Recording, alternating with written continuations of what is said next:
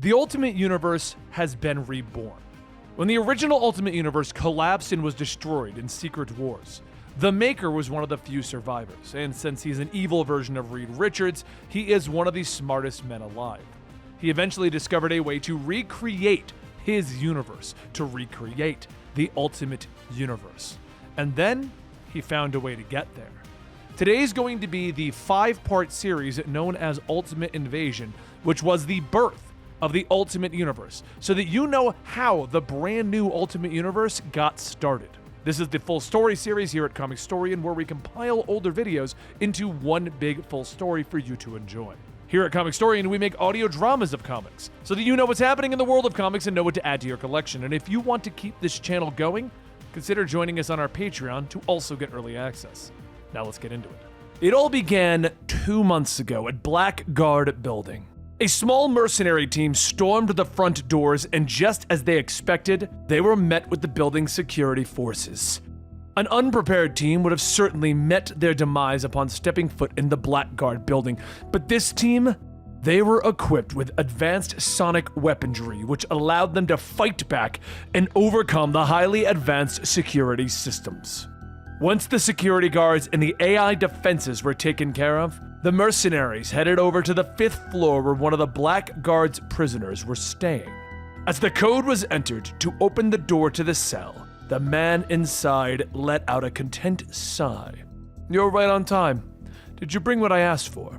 The leader of the group kneels down, opening up his bag, pulling out a strangely shaped helmet. And with that, the Maker turns back. Fantastic! One of the men asks if they're really supposed to believe that this guy set all of this up while inside of the prison, but couldn't get himself out. Maker looks at them. "Well, you see, that's the trick. It's not just escaping. It's escaping without anyone knowing that you're gone. And now if you could, all remove your masks." The merc from before asks why would they do that? And the leader of the group tells them, "Just do it." Everyone begins to remove their headgear, and the Maker looks at each one of them, telling them that he chose them because of a very specific... Wait, who are you? The reluctant mercenary says that his name is Jackson. Maker lists the names of the people on the mission. Dominic Green, Mishka Slope, Randall West. But you are Jackson, not Keith Conrad. Randall says that Keith got itchy and snuck out of the safe house 2 days ago. He died in a car wreck shortly after they had to improvise. Well, this presents a less than 1% anomaly. Most people would miss it, but I wouldn't. Oh well, we will continue as planned. As Maker activates the small device within his helmet, the mercenaries suddenly begin to scream as their bodies begin to twist and rip apart. They become mixed together to create a human replica of the Maker. The compounded copy of the Maker sits back in place, drooling on itself as the original leaves. 2 weeks go by. The authorities are still sorting out the debris from the attack on the building. It's Reed Richards and Black Panther that arrived through the rubble, knowing that Blackguard was not necessarily hiding something, but rather held something with such high clearance that it took Black Panther to call in all of his political favors. Black Panther looks at some of the information. He tells him that he could see now why he was needed to get access here. The government wasn't covering for anyone. They were directly involved. His contacts stated that this building was hiding a secret damage control node. Any idea on what or who they could have hidden here? Reed thinks about it for a moment. He ponders it. Damage control? Oh God! They begin to dig through the wreckage until the two find a cell that was holding the Maker, and they see the man that is inside. "We can breathe now, Reed. He's still here." But Reed looks at the Maker. "I have my doubts. Is that really you?" This version of the Maker turns back, yelling, "If you can't tell by now, could you ever?" The composition of the fake begins to break down, turning into blood and sinew. Black Panther looks at the mess. There's an evil version of the world's smartest man on the loose. This has to be handled quickly. Do you have any idea where the Maker has gone? Reed looks at him. I'm less worried about where he is and more worried about what he's going to do and why. A week later, Reed calls a meeting of the former Illuminati. He explains that he just learned that the Maker had snuck into the Baxter building and secretly went through his computer. The others at the table all state that they also took a hit. The Maker stole vibranium. He took 4 Inhuman Terrigen spheres. He took a bridge from a secret Stark warehouse. He took a mutant gateway to Krakoa. He took an immunity lance from the Sanctum Sanctorum. And finally, a pair of dilution shields from within the ruins of Atlantis. But why were all of these things gathered? It's Black Panther that brings up that there are some redundancies in what the Maker has stolen. But it's Iron Man that explains it was a message, because he knew that this group would gather together again. And this was an unmistakable grand gesture, or to oversimplify it, he wanted everyone to know that he was doing this. They all know that when he activates all of those devices, each member of the Illuminati will see where he is at. He's inviting them. So why hasn't he activated them yet? It's because that same night in Brooklyn, Miles is sleeping in his bed in his Brooklyn apartment when he suddenly hears a voice. He immediately wakes up with a venom blast to the source, but he sees the Maker standing there, unfazed by the attack. Who are you? Have we not met? I cannot tell with so many of you, masks and monikers. More than that, the repetitive nature of so many of you, heroes. According to my records, through some trick of universal rebirth and reality, shaping as I understand it, we are the only 2 survivors of a dead universe, the only living children of gods erased from history. Did you not know that? Miles stares him down. You must feel the same itch that I do, the pull of nothingness and oblivion that we share from the world that we are from. Why are you here? I'm going home. Would you like to come with? It takes Miles a moment to realize, but then he responds. Oh man, you're totally serious, aren't you? You're going back to that universe. Yes, it would feel wrong to go and not ask you to join me. I would want to be asked if the roles were reversed. Miles jumps down from the ceiling. No, I'm good. So the Maker hands him a card. If you change your mind. As the Maker teleports away, Miles looks at the card, realizing that it's just blank. But now, in the current time, the Maker has activated the machine and he has called upon everyone. Reed arrives. We're going to stop you! Why would you tell yourself that? How can you stop me when you know neither where I'm going or what I'm doing? I can promise you by the time that you figure it all out, I will have already left you long behind. My path, you see, is set, my course, fixed. We're gonna follow you. And the Maker tells Black Panther, the bridge controller is set to purge and randomize as soon as I travel through. You might be able to find where I went if I didn't run the sequencing through the gateway, but I did. And as we both know, that kind of biological encoding is the best encryption under this or any sun. Reed steps onto the roof. It can be done. Anything can be done. Yes, but the time that it would take. It's measured in years, decades even. Do you really want to find me that badly? Dr. Strange looks at him. That depends. Where are you going? And Professor X chimes in. More importantly, what are you planning to do? The makeshift portal soon opens up and Maker begins to step through. I'm going somewhere that I can call my own, someplace that I can create as I intended. God, I know what the Maker is planning. We have to stop him while we still can. Do it now! Reed shouts. All 6 of the members of the Illuminati unleash their combined attacks of magic and energies, and as that smoke clears, a small protective sphere remains. The Maker and his machine are unscathed. Are you finished? Reed looks at him. You know the answer to that.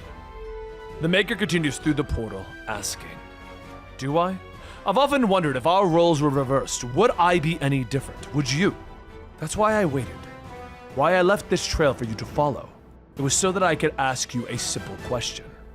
If you could do all of this again, if you could truly change things, if you had a chance, would you erase me from existence? Reed pauses for a moment before answering. He looks him dead in the eyes. Yes. I'll keep that in mind. And he steps through the portal, leaving Reed and the others to wonder what his plans are next. We cut a little bit to the future. Some time has passed in this new Ultimate Universe. At its inception, there's one constant in the Marvel Universe, one thing that always seems to happen. It involves a spider, a small spider, one that gets blasted with radioactive material. That small spider is supposed to fall and land on one Peter Parker. It's supposed to create Spider-Man as you know him. But what would happen to the Marvel Universe if an individual, namely the Maker, prevented that from happening? That's exactly how this new Ultimate Universe started. The Maker slapped the spider on Peter's neck. There is no Spider-Man, but there is an Ultimate Universe. The Maker walks into his massive chamber and he sits in his chair. prepared. Prepared to journey to another world, to remake it in his image. He knows everything about his enemies, everything about their history. He knows that there will be differences, but there will always be some constants. There will always be a god of thunder to deal with, and a king of lies to put on the throne.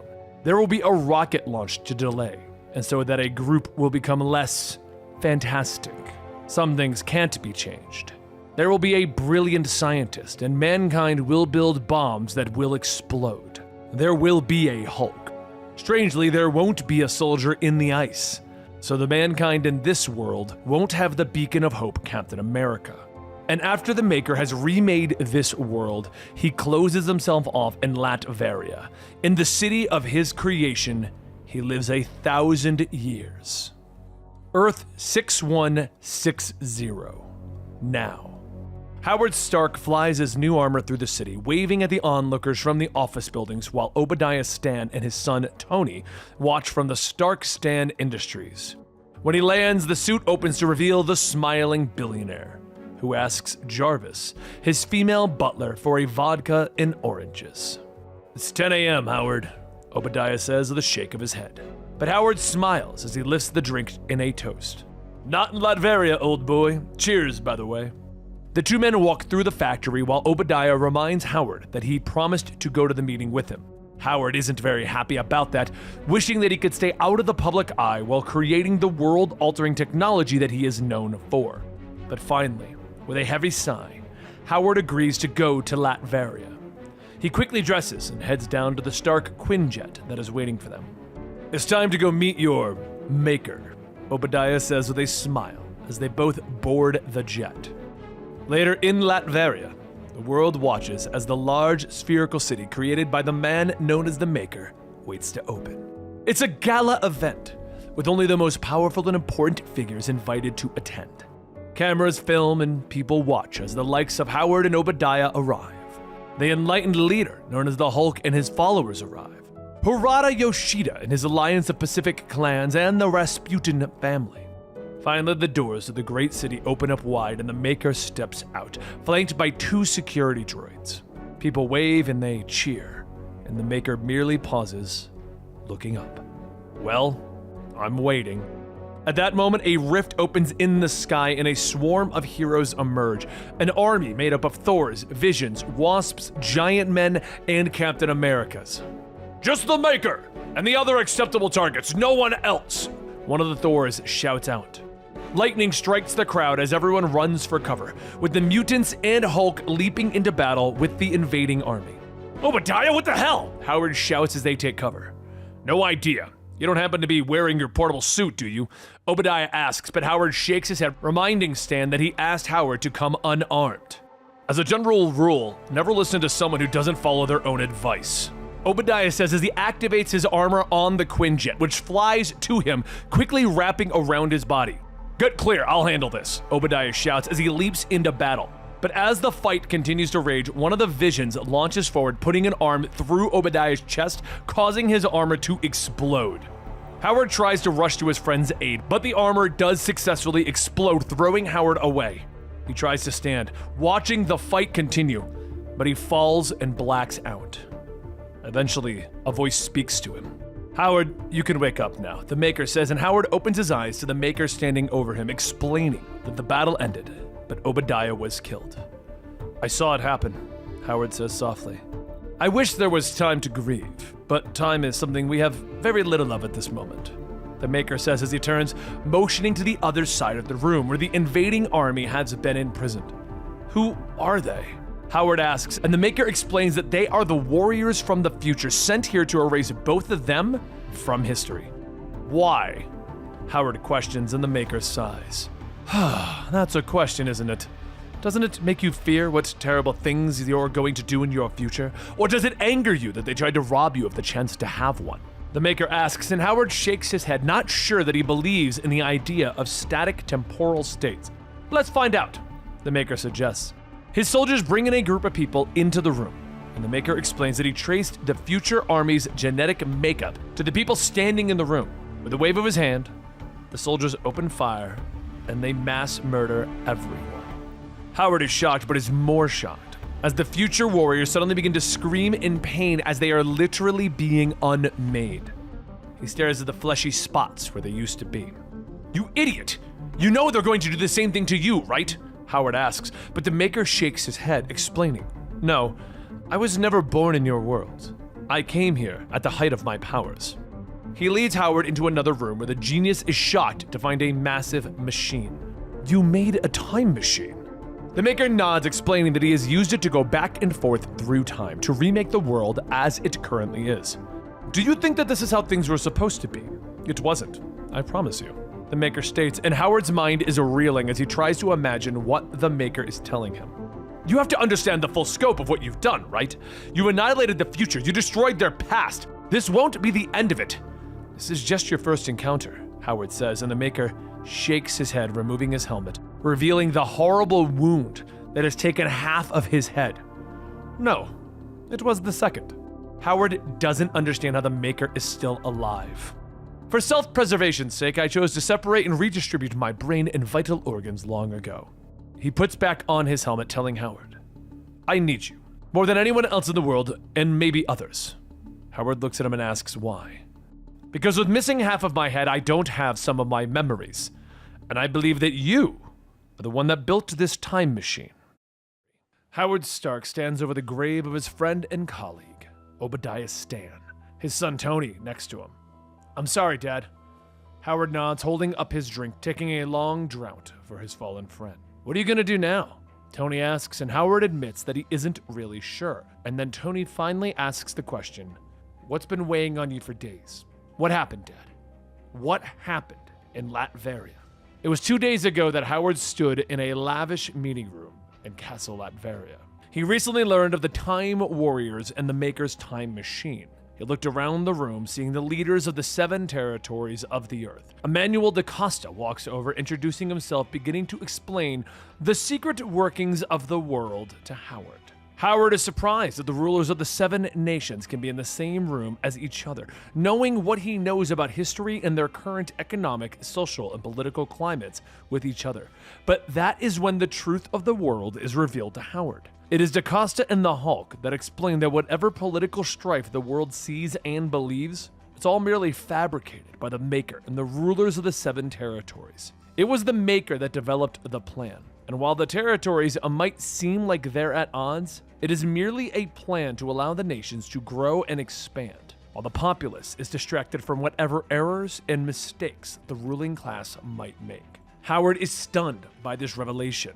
"That might be the most insidious thing I've ever heard," he gasps. But the Hulk explains that through trial and error, the Maker has discovered that most humans cannot live in a world of peace, that they are driven towards some form of conflict. "To be fair, not all of us agree with such universal assumptions, Mr. Stark," the Hulk rumbles, himself a leader of peace and inner calm. "I wish it wasn't true," the Hulk whispers. But the door is open to reveal the Maker, who smiles at the rulers that have gathered here. "But it is and it always has been," he says, and Howard looks at the Maker, telling him that he isn't sure that he can believe all of this, but the Maker shrugs. "It won't change who they are and who you are. Because Howard Stark, you're rich, brilliant, and powerful. You're one of us," the Maker says. Howard rubs his head, finally asking the Maker if everything that the world sees is merely designed to keep the populace happy and complacent, then what is the real work? The Maker smiles even broader. "Ah, Mr. Stark, the question you should have been asking.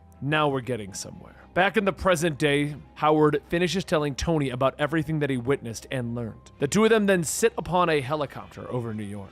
"So what are you gonna do, Dad?" Tony asks, and Howard sighs, taking a sip of his martini. "You got any brilliant ideas?" he finally asks as he looks at his son. Tony looks out over the city before turning back to his father. "I think you should fight him." The helicopter banks, and Howard admits that he thought of it, but he isn't sure that he could win. "You should fight them, and you should win," Tony adds. But the helicopter finally lands, and Howard and Tony disembark, with Howard telling his son that he needs time to think of a plan, but promises that he will let him know if Tony can help. "I promise, and if I need you, I'll let you know." It was 1 day ago that the Maker continued to explain to Howard what was actually going on. He led Howard Stark into the depths of the city, showing him where he'll be working on the time machine that the Maker discovered.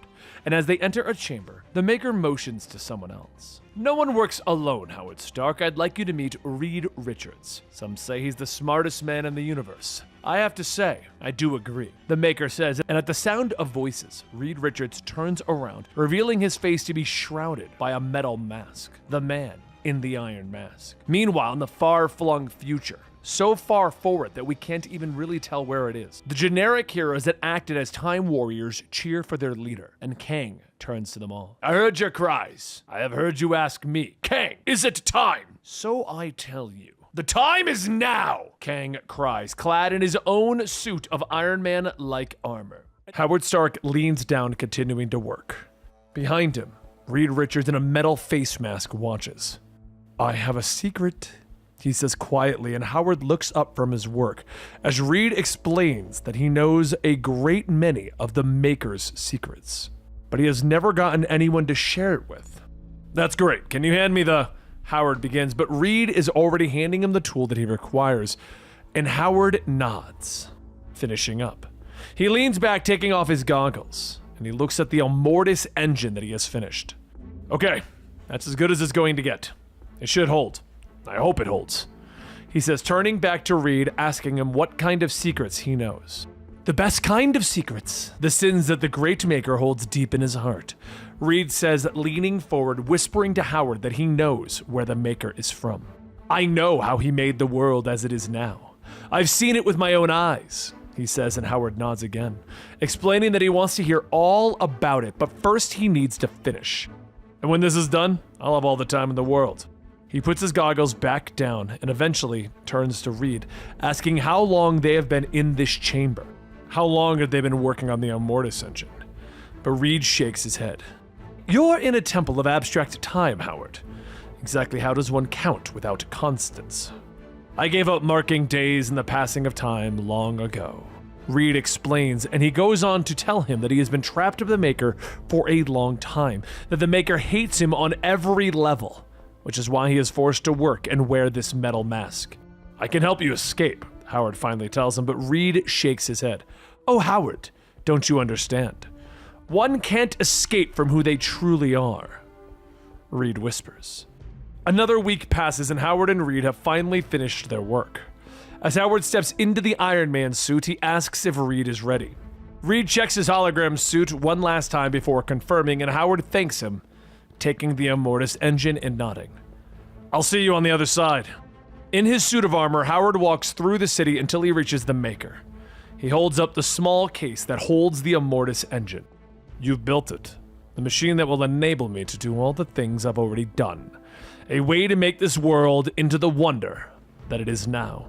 Maker says, but Howard shakes his head, explaining that they merely rebuilt the machine that had already been built, but made a few improvements. But the Maker disagrees. Or maybe I will take this to a previous me, and I will copy it. Make a better version of my own. Meanwhile, Reed has arrived at the city's nerve center. He places the device on the power source, activating it. In the Maker's chambers, Howard reaches for the device, wondering if he should pick it up and destroy it so that the Maker can never abuse its power. My dear Howard, don't be rash. We have a monster from the future that we have to kill. The Maker tells him, but Howard disagrees, admitting that both the man in the future and the Maker are monsters. I'm so tired of choosing between which monster is more acceptable, Howard says with a sigh, when suddenly the device that Reed placed is activated, and the city's power begins to fluctuate. What have you done? The Maker asks, staring at the flashing red warning lights. I've interrupted the city's mainframe, dropped the temporal shield. I opened the doors to let the wolves in, everyone hunting you from the future. Portals begin to open up and the armies of futuristic soldiers come streaming through, led by a green-armored Kang. The Maker raises his arms, ordering the children of tomorrow to defend their city, and the two armies of super beings clash together. The Maker then whirls on Howard. I could see the wheels turning. You've decided to play your own game, haven't you? The Maker says, his arms outstretched, going further and further to catch Howard, who shakes his head. This isn't a game. You need to be stopped. The Maker glares at him. Stopped! I'm just getting started. You're just an ignorant, ungrateful child, rejecting your environment. like the world you exist in just happened. Howard leaps into the air, his jets taking him through the battle. Future warriors having now reached them, the Maker uses his stretched limbs and visor to fight them off, blasting the warriors away. "Bring me Kang!" he bellows in anger. A short distance away, Kang is knocking aside the Tomorrow people with powerful blasts, and the two mighty warlords rush at each other. "I have waited too long for this moment," Kang shouts as the two of them finally clash, with Howard continuing his own battle and the future warriors overwhelming him, knocking him away. He tumbles through the city, knocking the Immortus engine to the ground. As he lays stunned, the city begins to count down until another power fluctuation. Meanwhile, Kang slams the Maker into the ground, smashing his visor, revealing his shattered head. He steps away as the Maker gets to his feet, smiling. "Thank you for that. Pain clarifies, and I suddenly remember. I remember you," he says. Meanwhile, in the far future, the Maker steps through the Immortus engine and is met by Kang for the first time. The Maker looks up at the future ruler. "I had to know. I have built my kingdom. I have remade my world. And I had to know if the world would endure. This is as far as I could go, where the future ends. Where am I? When am I?" The Maker asks the future ruler, and Kang looks back at him. "You are here, now, as you are always going to be.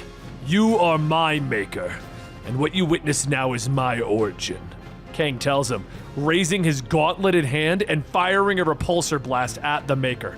It's with that he burns away part of his head, and we see how the Maker took his injury. But now we go back to the current day, the battle between the Maker and Kang. The Maker moves to fight Kang, but both warriors turn as Howard floats above them, his armor now powered by the Immortus engine. "I'm gonna put an end to this!" he growls, the engine overloading and a powerful blast ripping through the city, knocking away both armies. Time passes. The city is almost destroyed. Howard pulls himself from his armor, struggling across the battlefield until he comes to the body of Kang. He reaches down, pulling the armored helmet from the man's face, but he is shocked by what he discovers falling back. Outside the city, everyone looks up in shock as the city once again goes into its dormant state, locking itself away from the outside world. Reed steps through the crowd, carrying the second Immortus engine with him, refusing to look back. Meanwhile, over in the Maker's castle, the ruling elite of the world have gathered. They question what they should do next without the Maker's guidance. The city will be sealed for the next 24 months, which means they have 2 years to try and hold the world together or tear it apart. Captain Britain steps forward, pointing out that America has no leader, that they must pick someone to run it, but magic stands up. "Or we could just split it," she suggests. The other elites look at each other in surprise, knowing that this wouldn't have been what the Maker would have wanted. "Shall we vote?" the Hulk finally asks. Later, Reed Richards is standing in Stark Tower speaking with the son of Howard Stark, Tony. "He gave this to you?" Tony asks, looking down at the Immortus engine and a note from his father. "The world is ending, Anthony. The future colliding with now. Temporal kings were being overthrown and multiversal evils are being undone. But bringing these things to you was my important task," Reed says, reading the letter, and he explains to Tony that Howard believed that Tony would know what to do.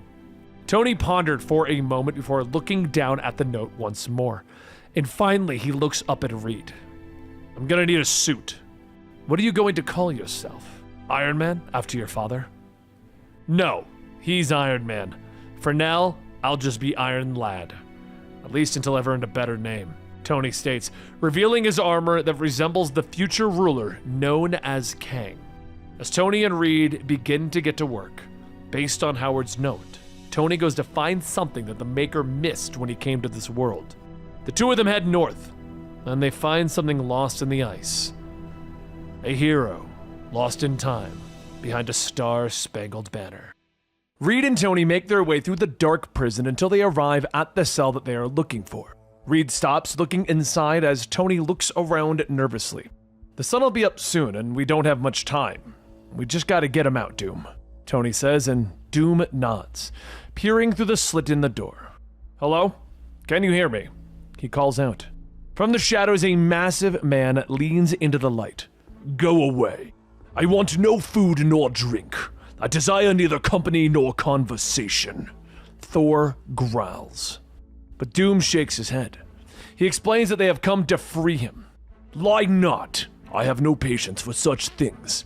Thor replies, but Doom opens the door and steps inside. I am here to free one man, but only if that man is the god of thunder and lightning. Thor nods, leaning back. I am he. Thor stands walking up to the pair, and he informs them that he can't leave until he retrieves something of his. I have great need. If my needs are met, then we will not need the vessel that you have come on, Thor says as he moves through the halls of Asgard. Tony watches as the god moves away from them. Do you think he knows that our ship is the bleeding-edge prototype that can navigate both real and imaginary space? Doom shrugs. I do not, but he does seem unusually certain. In a short amount of time, the trio arrive at the Asgardian throne. It's there that Lady Sif stands with several guards over the mighty Mjolnir. Odinson, out and about, she says as she turns to Thor, and Thor nods, informing her.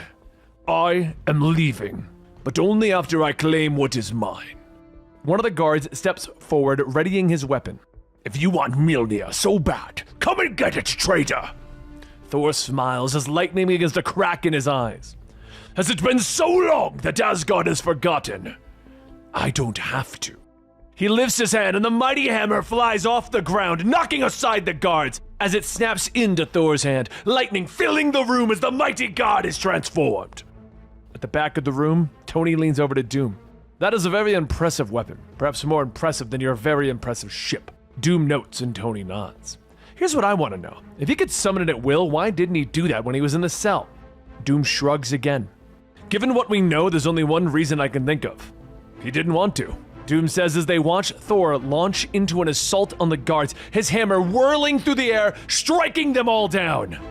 This done, Thor returns to his new friends holding the hammer high. Stand close to me. This might feel odd. He says the powerful energy streams down on them, carrying them all away. Once the trio have returned to Stark Tower in New York, Tony and Doom show Thor the frozen block of ice that is holding Captain America. Thor raises his hammer, preparing to free the super soldier. But Tony stops him, pointing out that they need to remove him carefully so that they don't kill him. Thor nods, raising his hammer and promising the soldier that he shall be freed. Strong words, Sif says in the back of the room, and the trio turn, shocked to find that she has followed them. She looks to Thor, reminding him that he is her prisoner. Regardless what these little men think. Tony steps forward, informing her that the world is wrong. That if it was not for the tinkering of the Maker, then Thor would have been her king. Doom steps forward, using his computers to show them that the Maker had intimate knowledge of the heroes of this world, and so he set out to remake it in his own image. A world where the mighty heroes would never rise up to fight against him. A world where he controlled every outcome. Tony looks to Thor. You were supposed to be the king of Asgard, Thor. Instead, he helped your brother Loki kill your father and steal your birthright. Tony explains and then looks to Sif as well. We want to set things right. Will you help us? Both Thor and Sif finally agree, asking what the next step of their plan is. So Doom brings up another hologram that shows the castle in the capital of Latveria, explaining that the Maker actually kept repositories that held the makings of various heroes in their world.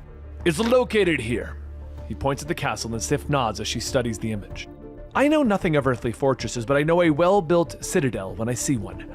They will not simply let you walk in there and take whatever it is. But Tony smiles, pointing to Thor.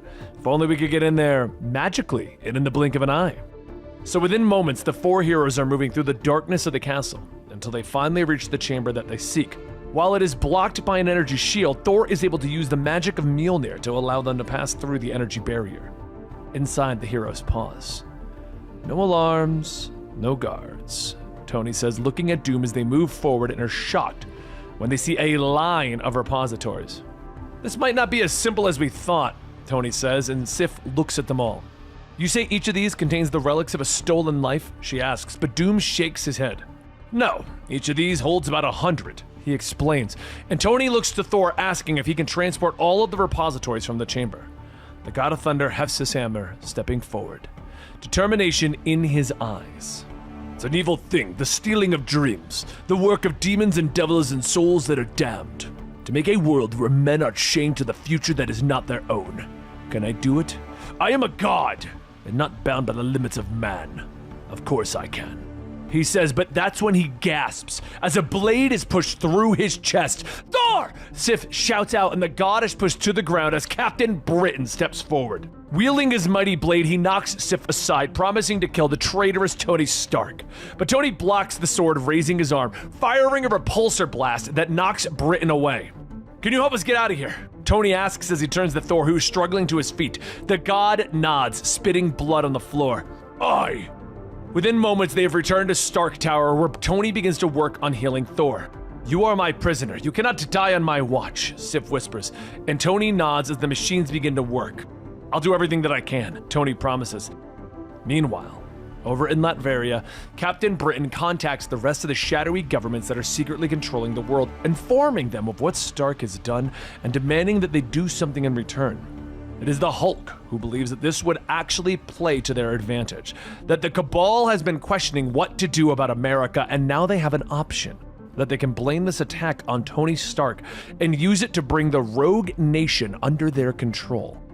Out in orbit, the Cabal activates a powerful weapon, one that has Tony Stark's name stenciled on the side.